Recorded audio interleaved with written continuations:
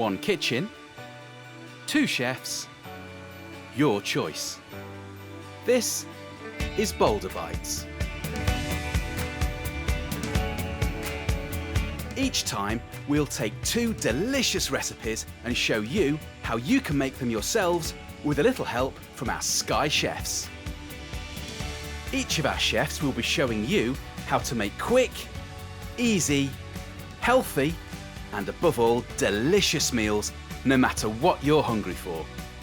Each dish should take no more than 15 minutes to prepare, and they'll show you exactly what ingredients you'll need, how to prepare them, and how to serve to your family and friends so that everyone can enjoy delicious, quick, and healthy food. Warning: the following recipes may require the use of sharp knives, boiling water, and hot grills and ovens. Pay close attention to the safety guides, make sure you have some oven gloves handy, and if in doubt, make sure there's an adult around to help. Today, we have two favourites going head to head: pizza versus nuggets. Two fast food heavyweights that can be made without frying in fatty oils and costing a fraction of the price of a takeaway. So, whether you're partial to a pizza or have a need for a nugget, these recipes are definitely for you. So, let's meet our Sky Chefs and get started.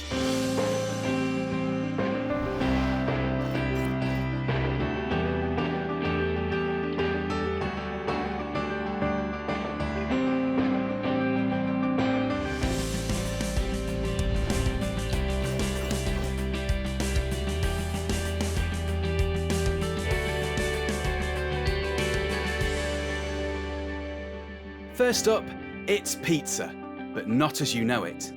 Dang is making pita pizzas with sweet corn and pineapple, with a tomato and cucumber side salad to provide those all-important nutrients. Simple, tasty, and quick. This isn't like your normal pizzas on a pizza base. This is using wholemeal pita breads. So we've got some pita bread, some tomato puree, grated cheddar, some pineapple, sweet corn, cherry tomatoes, and some dry herbs. And then we're just going to do a little tomato and cucumber salad.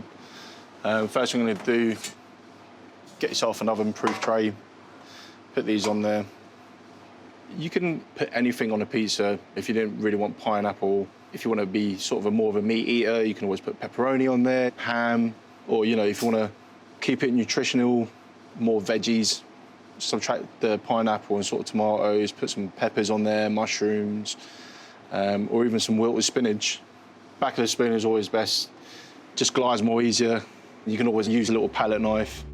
Once all the pittas are covered, it's on to the toppings, where Dang is adding the grated cheese, a couple of chunks of pineapple, some sweet corn, and some tomatoes. Then it's time to preheat your oven. 180 degrees. Once that's sort of preheated and your pizzas are done, I will literally go in there. You know, if you're doing other things, don't forget about what's in the oven. It's always good to set a timer. This will probably really take about 8 to 10 minutes. Obviously after 5, check on it. Depending how dark you like your cheese, I like mine quite dark. So I'm just gonna prepare a little sort of tomato and cucumber salad. Just go with it. When using a sharp knife in the kitchen, Dang has some good advice for staying safe. If you're young, make sure you have adult supervision, but it's also trust within yourself that you can use it, and just go slow. Like no one's judging you. You know, it's not a competition, it's not a race. The first time I picked up a knife, it was quite daunting, but once you do it, you get a hang of it. You can cut these tomatoes any way you want. I've just wedged them. You know, you can dice them, take the core out, slice them. So cucumber, what I'm gonna do is I'm actually just gonna wash this. It's important to wash the vegetables because it's come straight from a farm into a supermarket, as well as in case, you know, if there's any pesticides or whatever on there, you know, it's just good to wash, get them clean. So with a cucumber, I'm just gonna quarter these and just literally dice it down. Some people like to peel the cucumbers and stuff like that. You know, I think With the skin, you find that there's a lot more nutrients. So even with things like carrots, we just tend to just wash it, take the little tops off and the bottoms, and we actually leave the skin because we just find there's more nutrients. So, let's recap on those ingredients. For pita pizzas, you will need 4 wholemeal pittas, 4 teaspoons of tomato puree, 1 small can of sweet corn, 1 small can of pineapple, some black pepper, 1 teaspoon of dried mixed herbs, 60 grams of grated cheddar cheese, and if you haven't bought it already grated, watch those fingers on the cheese grater and get an adult to help if you need to. A chunk of cucumber, some cherry tomatoes, and lastly, some rocket for a final flourish. If you have some scales to measure out your ingredients, then great. But if not, have a look at the ingredients guide at the bottom of the page, which shows you other ways of measuring things without scales, using tablespoons and cups instead to help you measure the right amounts for your dish. So, whilst our pizzas are under the grill, let's come back in a moment after Pranab has taken us through his fish nuggets recipe. Our next dish is a baked fish nugget. We are using the baked method to make the dish much more healthier. So normally in a deep fried nugget, the absorption rate of oil is much more higher. We're taking that factor away by baking the fish over here. So the fish is going to be in a breadcrumb and oatmeal crust, and it's going to be served along with some crushed potatoes and some green peas. Okay? So we will start prepping this dish with the potatoes because they're going to take some time to boil and cook. Critical part, of course, start by peeling the potatoes. All the skins and shavings from the potato, they're going to be saved, washed later, and we're going to bake them in the oven with a little bit of salt and crushed pepper to make baked potato skin crisps. Watch out for our next video, how the potato crisps are made. So once you've peeled the potatoes, you need to cut them into even sizes. Don't forget about those knife safety tips that Dang spoke about earlier. Take your time and get an adult to help if you're not sure you can do it safely on your own. Put them in a pot, and whenever you're cooking potatoes, ensure that you're starting with cold water.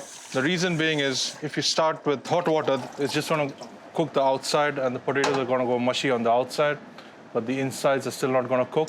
So potatoes are going to take around 15 to 20 minutes to cook on a slow simmer. In the meantime, let's start off with the fish. So the fish we're using today is a baza fish. We use a blue color coded board to cut fish. Fish, seafood, shellfish, everything goes on a blue color board.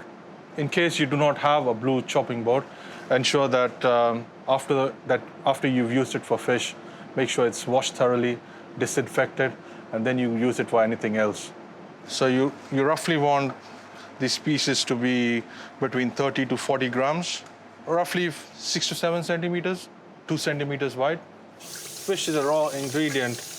It's most important that you wash your hands after that before you commence any other job or touch any other ingredient. So when you bread your fish, it's important you keep all your ingredients in a sequence for the breading process.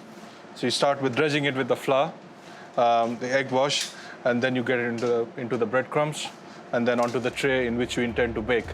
Eggshells can have harmful bacteria on them, so make sure you wash your hands again after handling them. Use a spoon or a fork to quickly whisk it. Now this is a tricky bit. There's a wet ingredient and there's some dry ingredients, so you'll have to work in a sequence. So you pick up the fish, dredge it, go into the egg wash, then with your right hand, you pick it up, coat it with the panko and the oatmeal crumble, and place it onto the tray. Then we go, repeat the process again. Make sure you cover the strips of fish evenly and all over with each ingredient. First the flour, then the egg mix, and lastly the oatmeal and breadcrumbs. Just drizzle the fish with a few drops of oil. Ensure a preheated oven at 180 degrees.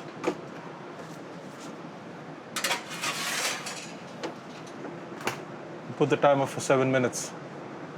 So once the potatoes are cooked, strain out all the water and let it stand there for 5 minutes till all the water is drained off. So this is going to be a fork mashed potato. Just going to crush it with the back of a fork.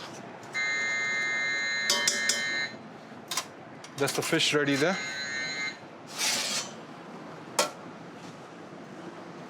Just be careful when you're getting the fish out. Ensure that you have an oven cloth or oven mitts so that you don't burn yourself. So here we have another pot of boiling water. That's for the green peas. So once the water has come to a boil, remember the green peas, they don't take long to cook. You just need to leave it in boiling water for like 3 to 4 minutes. You don't want them very mushy. You want that slight bite to it. So, let's recap on those ingredients.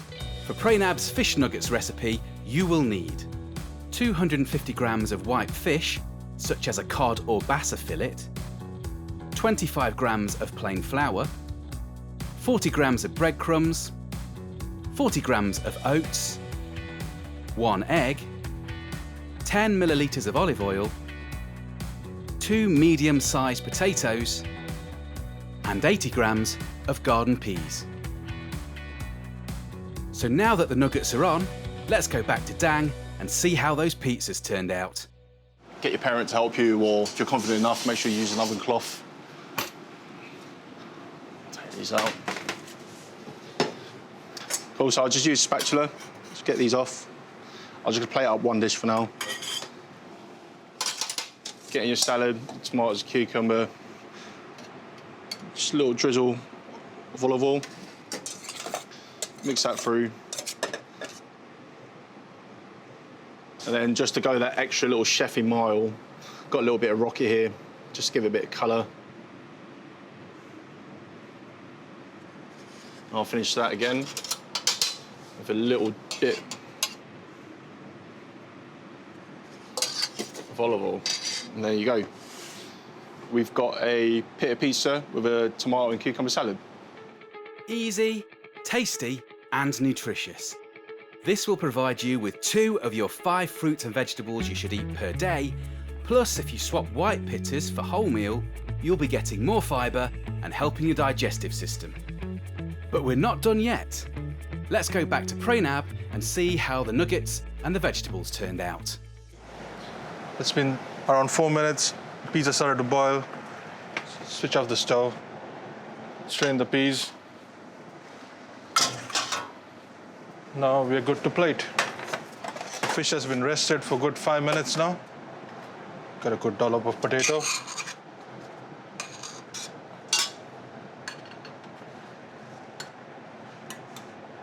Couple of spoonfuls of peas.